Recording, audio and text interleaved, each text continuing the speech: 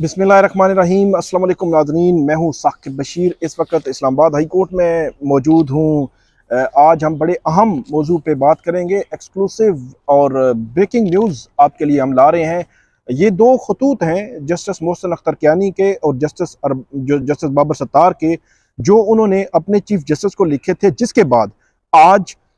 Contempt of court की proceeding शुरू होने लगी हैं। जिस वक्त हम ये वीडियो कर रहे हैं आज 12:30 बज चुके हैं। तकरीबन 2:30 से 3 बजे आज की कंटेम्प्ट ऑफ कोर्ट की प्रोसीडिंग शुरू होगी। तो जो प्रोसीडिंग शुरू होने से 2 घंटे कबल हम ये दोनों खतूत ब्रेकिंग न्यूज़ एक्सक्लूसिव आपके लिए लाए हैं। और इसमें एक खौफनाक किस्म का और तशवीशनाक किस्म का इंकशाफ भी किया है जस्टिस बाबर सत्तार ने कि उनको कौन से केस में कब इन्फ्लुएंस करने की कोशिश की गई, और उन्होंने उसका हवाला भी दिया है। और जस्टिस मोहसिन अख्तर कियानी क्यों ये चाह रहे हैं कि कंटेम्प्ट ऑफ कोर्ट की कार्रवाई जो है वो शुरू की जाए, और जस्टिस बाबर सत्तार ने अपने ख़त में क्या लिखा है। दोनों खतूत की जो मदरजात हैं, जो मतन है, वो आपके सामने हम रखेंगे। आप हमारा यूट्यूब चैनल सब्सक्राइब कर लें, बेल आइकन का बटन ज़रूर प्रेस कर लिया करें, ताकि जब भी हमको वीडियो अपलोड करते हैं तो फ़ौरन उसका लिंक आपको मिल जाया करे। शुरू करते हैं हम जस्टिस बाबर सत्तार के उस ख़त से, जिसमें जस्टिस बाबर सत्तार ये लिखते हैं कि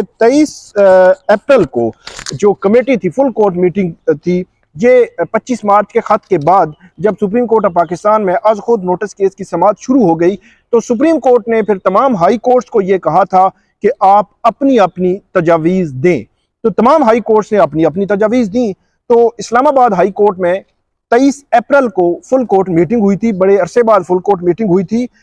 इस फुल कोर्ट मीटिंग में ये तय हुआ कि इंस्टीट्यूशनल रिस्पांस दिया जाएगा जब जब जो है वो कोई मुदाखलत करने और इंटरवीन करने की किसी सूरत में भी कोशिश करेगा, तो उसका रिस्पांस जो दिया जाएगा। जस्टिस बाबर सत्तार जो है वो इसमें लिखते हैं, और उन्होंने कहा कि उसी के तनाजुर में एक मलिशियस कंपेन उनके खिलाफ सोशल मीडिया पे चलाई गई, कंटेम्प्चुअस कंपेन जो है वो चलाई गई, उसके हवाले से जो है वो आगाह करना है। और उन्होंने फिर इस हवाले से लिखा इसमें कि एक तो ट्विटर जो एक्स है उस पर उनकी जो फैमिली है उनकी कॉन्फिडेंशियल इंफॉर्मेशन रिलीज कर दी गई, और उनके जो बच्चे हैं 7, 10 और 12 साल की जो बच्चे हैं, फैमिली है, उसके रिलेटेड जो ट्रैवल डॉक्यूमेंट्स हैं उनके बच्चों के फैमिली के, वो सारे एक्स पे, ट्विटर पे किसी न किसी तरह जो है वो रिलीज कर दिए गए, लीक कर दिए गए। और एक डिज़ाइन की शक्ल में ये कंपेन जो है वो मिसलीडिंग कंपेन उन्होंने कहा है कि ये उनके खिलाफ शुरू हुई, जिसमें 2 हैशटैग थे, विल बाबर सत्तार आंसर और फारन मुनसिफ नामंजूर। 2 जो है वो हैशटैग थे जिस पर ये जो कंपेन जो है वो शुरू हुई। जस्टिस बाबर सत्तार पैराग्राफ 3 में लिखते हैं कि ये जो जुडिशरी है बतौर इदारा, उसके खिलाफ ये उसके काम जो है उसमें मुदाखलत करने की कोशिश की गई है। ये जो कंपेन है ये रन कर जो चला कर, और उन्होंने कहा है कि इस हवाले से एनेक्स्चर जो हैं, इमेजेस के एनेक्स्चर्स उन्होंने इस खत के साथ लगाए हैं, जिससे ये साबित होता है कि स्कैंडलाइज करने की कोशिश की गई है इस्लामाबाद हाई कोर्ट के जज को, और जो रेडिक्यूल करने की कोशिश की गई है, तज़हीक की गई है उस कैंपेन में, मुहिम में। इसके बाद जो इसका पैराग्राफ नंबर 4 है वो बड़ा इंपॉर्टेंट है।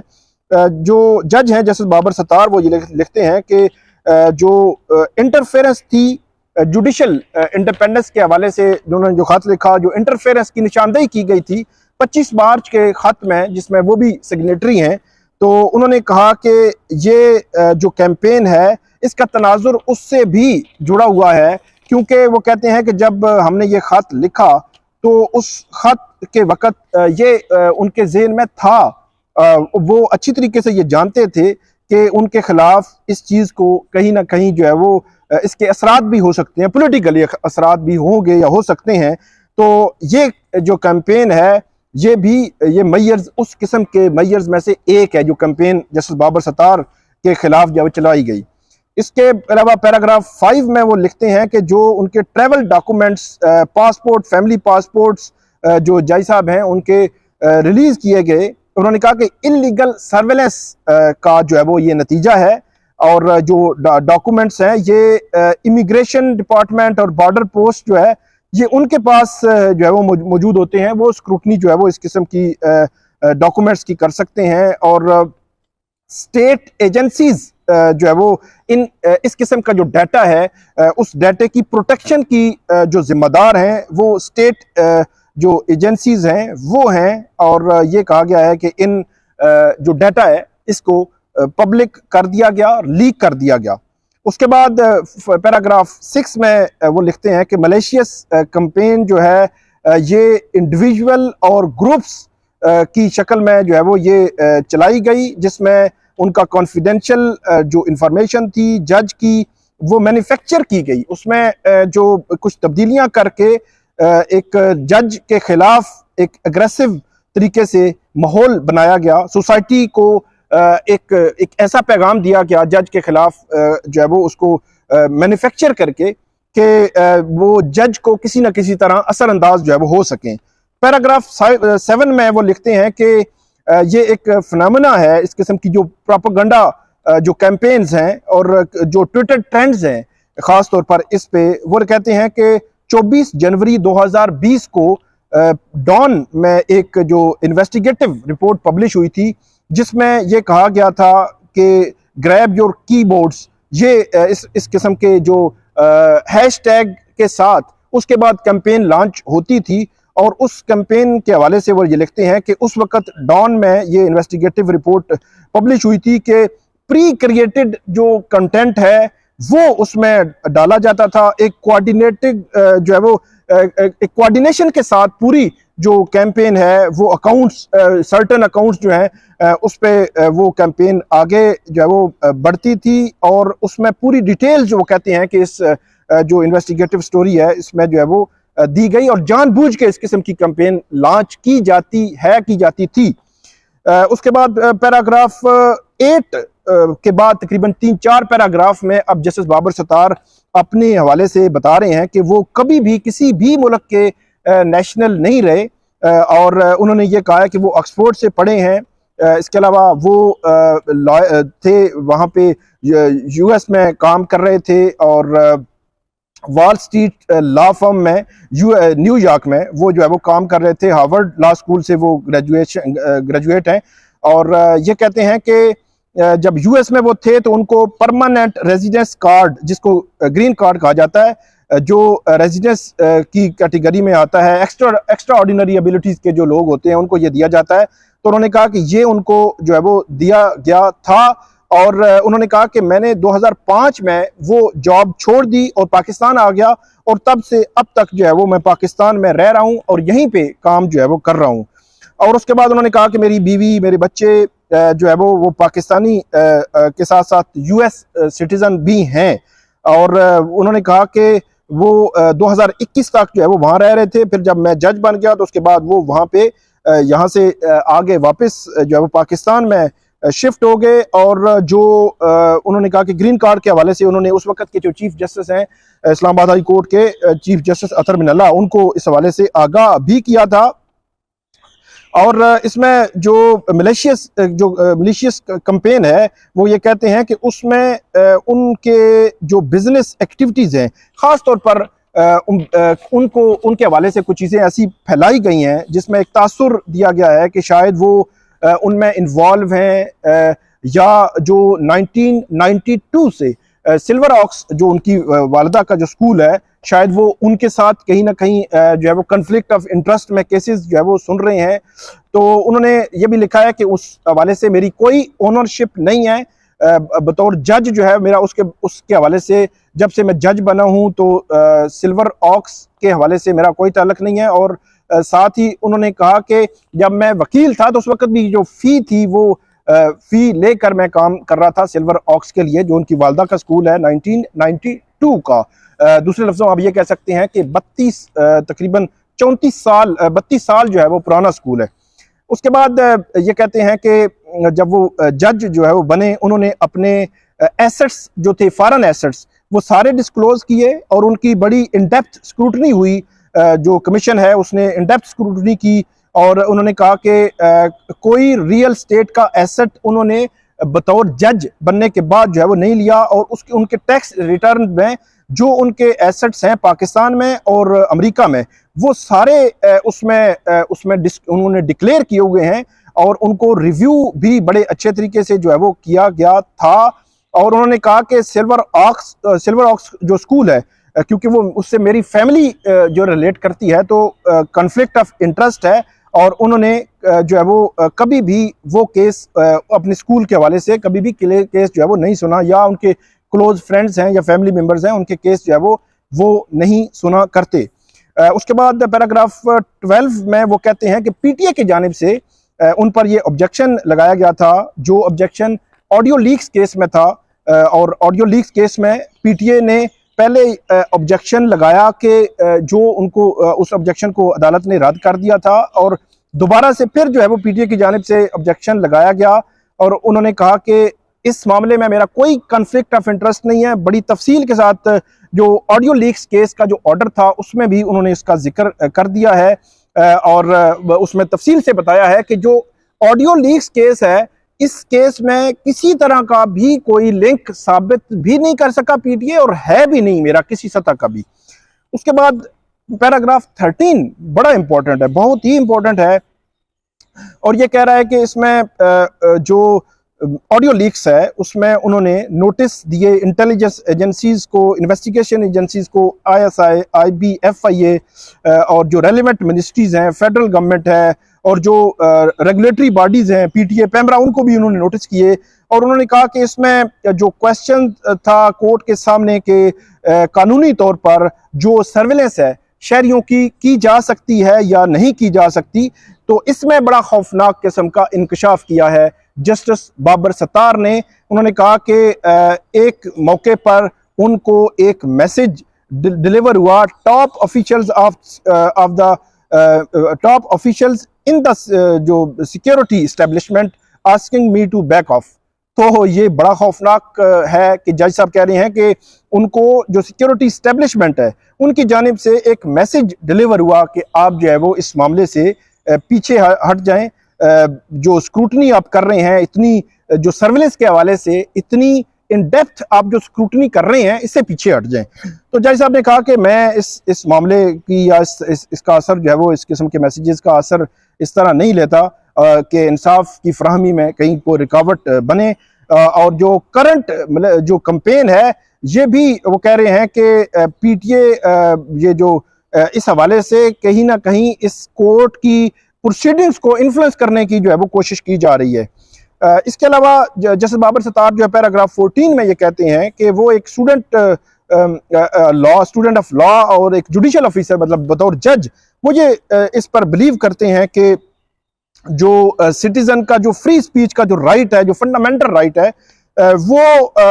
मतलब उसमें उसके हवाले से जुडिशियल कंटेम्प्ट में अदालतों को तहम्मुल का मुजाहरा जो है वो करना चाहिए। लेकिन उसी के साथ साथ वो कहते हैं कि अगर इस किस्म का मामला हो कि उन जज की फैमिली की कॉन्फिडेंशियल इंफॉर्मेशन लीक करके उस पर जो है वो गलत और जो है वो गलत किस्म की कैंपेन जो है वो लॉन्च की जाए और उसमें इन्फ्लुएंस करने की कोशिश की जाए, कहीं ना कहीं असरअंदाज होने की कोशिश की जा रही हो, तो इस हवाले से इस चीज़ को जो है वो देखा जाना ज़रूरी है। और ये कहते हैं कि ये जो सुप्रीम कोर्ट जो बैकड्रॉप है, सुप्रीम जुडिशल काउंसिल को जो खत लिखा था उसका भी बैकड्रॉप है, और जो कैंपेन उनके खिलाफ जो है वो चली है, उन्होंने कहा कि इस हवाले से मैंने ज़रूरी समझा कि ये जो एडमिनिस्ट्रेटिव कमेटी है उसको इस हवाले से लिखा जाए। और उन्होंने कहा है कि एडमिनिस्ट्रेटिव कमेटी इसको ज़रूरी समझे तो प्रेस रिलीज इस हवाले से जारी कर दे, या ज़रूरी कोई भी अप्रोप्रिएट कोई भी स्टेप जो है वो इस हवाले से ले। तो ये जस्टिस बाबर सत्तार की जो ख़त है उसके मुदरजात हैं, बहुत ही खौफनाक किस्म का ख़त है। इस ख़त में जो सबसे खौफनाक चीज़ है कि ऑडियो लीक्स केस में जस्टिस बाबर सत्तार को इन्फ्लुएंस करने की कोशिश की गई, जिसको वो रिकॉर्ड पे ले आए हैं। इसके अलावा जो कुछ हुआ इसका पता चल जाएगा कुछ टाइम बाद कि कंटेम्प्ट ऑफ कोर्ट की प्रोसीडिंग्स किस नहज पे और किस तरफ जो है वो जाती हैं। अब दूसरे मामले पे आते हैं। जस्टिस मोहसिन अख्तर कियानी ये लिखते हैं, उन्होंने उनकी जो लेटर है चीफ जस्टिस को, वो ये है कि contempt of court ordinance 2003 against mister Waqas Malik advocate, ये जो रेफरेंस उन्होंने दिया है, उसमें कि वकास मलिक जो एडवोकेट हैं उनके खिलाफ शुरू की जाए कंटेम्प्ट ऑफ कोर्ट की प्रोसीडिंग। वकास मलिक जो है वकील हैं, उन्होंने जस्टिस मोहसिन अख्तर कियानी के खिलाफ एक रेफरेंस दायर किया था, उसके बाद उन्होंने मीडिया टॉक भी की थी। तो बुनियादी तौर पर मीडिया टॉक पे उनके खिलाफ ये जो है जो रेफरेंस है, इसमें यह कहा गया है कि 8 अप्रैल को वकास मलिक ने MJ TV मतीउल्लाह जान जो सीनियर सहाफ़ी हैं उनके साथ जो एक इंटरव्यू दिया, उसमें जो जज हैं उनके खिलाफ जो इल्ज़ामात लगाए और ये भी कहा कि उनकी रिप्यूट डैमेज करने की कोशिश की गई और उन पर जो है वो इस किस्म की बातें जो है उन्होंने की। 9 अप्रैल को वकास मलिक ने इसी किस्म के इल्ज़ामात इंटरव्यू में भी लगाए जो सैयद तलत हुसैन जो समा TV के एंकर हैं उनके साथ बैठकर। और ये भी कहा गया है कि आर्टिकल 209 जो आइन का आर्टिकल है उसके तहत जो कंप्लेंट है, कोई भी सुपीरियर जुडिशरी के जजेस के खिलाफ कोई भी कंप्लेंट सुप्रीम जुडिशल काउंसिल में दायर कर सकता है, लेकिन जो कंप्लेंट दायर करता है वो उसको प्रोपोगेट नहीं कर सकता और जो जज के खिलाफ प्रिंट और इलेक्ट्रॉनिक मीडिया पर इस किस्म की मलिशियस जो कंपेन है वो नहीं चला सकता। और अगर वो चलाता है तो उसके खिलाफ कंटेम्प्ट ऑफ कोर्ट ऑर्डिनेंस 2003 की सेक्शन 11(3) के तहत कार्रवाई जो है वो हो सकती है। और उन्होंने कहा कि ये केस जो है वो वकास मलिक ने जो है वो ये कंप्लेंट फाइल की और उसके बाद उस कंप्लेंट के जितने कंटेंट्स थे उनको उन्होंने डिस्क्लोज भी किया प्रिंट और इलेक्ट्रॉनिक मीडिया पर। और उन्होंने एक जानबूझ के एक कंपेन जो है वो जज के खिलाफ शुरू कर दी। ये पूरा जो टेक्स्ट है उसका पूरा वो दिया गया है इसमें कि जो वकास मलिक ने जो बातें की हैं और जज साहब अपने खिलाफ कंप्लेंट्स को ओवर पावर करके विड्रॉ करवाते रहे हैं, ये इल्ज़ाम लगाया है। जस्टिस मोहसिन अख्तर कियानी का एक चैम्बर फेलो बेनज़ीर भुट्टो शहीद के केस के प्रोसिक्यूटर जुल्फ़कार अली के केस में इन्वॉल्व थे। उन्हें मर्डर की थ्रेट की बाद में जुल्फ़कार अली प्रोसिक्यूटर को मर्डर कर दिया गया। इस चैम्बर फेलो को कुछ अर्सा बाद सिविल जज बना दिया गया क्योंकि जस्टिस मोहसिन अख्तर कियानी के कुछ अर्सा बाद जो है वो बार के प्रेसिडेंट बन गए। ये इल्ज़ामात वकास मलिक ने लगाए हैं। अच्छा, इन तमाम इल्ज़ामात को रीप्रोड्यूस किया गया है इस जो ख़त है जो चीफ जस्टिस को लिखा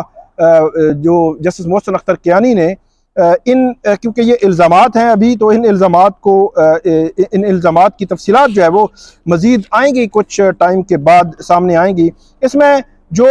एक रेफरेंस दायर हुआ था, फिर वकास मलिक साहब ने जो कंप्लेंट फाइल की थी उसी कंप्लेंट से मिलते जुलते ये सारे इल्ज़ामात हैं। इसके बाद अदालत इसमें यह लिखती है कि ये जो अकाउंटेबल है जजेस जो है वो सुप्रीम जुडिशल काउंसिल का एक जो कोड ऑफ कंडक्ट है जजेस का, उसके मुताबिक वो अकाउंटेबल हैं। उनके खिलाफ कोई भी बंदा कंप्लेंट दायर कर सकता है, लेकिन किसी को ये इख्तियार नहीं है कि वो जो इंडिपेंडेंस ऑफ जुडिशरी है और पब्लिक परसेप्शन है वो किसी जज के खिलाफ जो है वो बनाए उस कंप्लेंट के डिसीजन से पहले। और वकास मलिक ने ये काम किया और उसके बाद ये कहा गया है कि इस हवाले से टारगेट किया गया है जो स्वीपिंग एलिगेशंस थे कंप्लेनेंट की जानिब से, उसमें जज को बड़े अजीबोगरीब किस्म से टारगेट किया गया है। और जो वकास मलिक हैं उन्होंने इन एलिगेशंस एक प्लान शक्ल में उन्होंने एक प्लानिंग के तहत ये एलिगेशंस लगाए और पर्सनल जो लाइफ है जज की उस पर जो जुडिशल कंटेम्प्ट के वो मुर्तकिब हुए हैं। सेक्शन 9 जो है वो ऑर्डिनेंस है, section 2C of the ordinance 2003 जो इसमें कंटेम्प्ट ऑफ कोर्ट ऑर्डिनेंस है उसके तहत वो इसके मुर्तकिब हुए हैं। तो जस्टिस मोहसिन अख्तर कियानी ये कहते हैं कि इस हवाले से जो चीफ जस्टिस हैं वो अप्रोप्रिएट ऑर्डर जो है वो पास करें और जो वकास मलिक हैं उनके खिलाफ जो जुडिशल कंटेम्प्ट है वो जो है वो शुरू की जाए। तो ये हैं दो खतूत, एक जस्टिस मोहसिन अख्तर कियानी का, एक जस्टिस बाबर सत्तार का ख़त है जिसमें जो बहुत सारे अहम हक़ाइक़ सामने लाए गए हैं। दोनों की जो हवाले से जो कंटेम्प्ट ऑफ कोर्ट की प्रोसीडिंग्स है अब से जब मैं ये वीडियो ख़त्म कर रहा हूँ तो तकरीबन 1.5 से पौने 2 घंटे बाद शुरू हो जाएंगी, लेकिन जो भी तफसीलात होगी वो हम आपके सामने रखेंगे। आप हमें फीडबैक दीजिएगा, हमारा यूट्यूब चैनल सब्सक्राइब कर लें, बेल आइकन का बटन प्रेस कर लें ताकि जब भी हम कोई वीडियो अपलोड करते हैं तो फ़ौरन उसका लिंक आपको मिल जाया करे। बहुत शुक्रिया।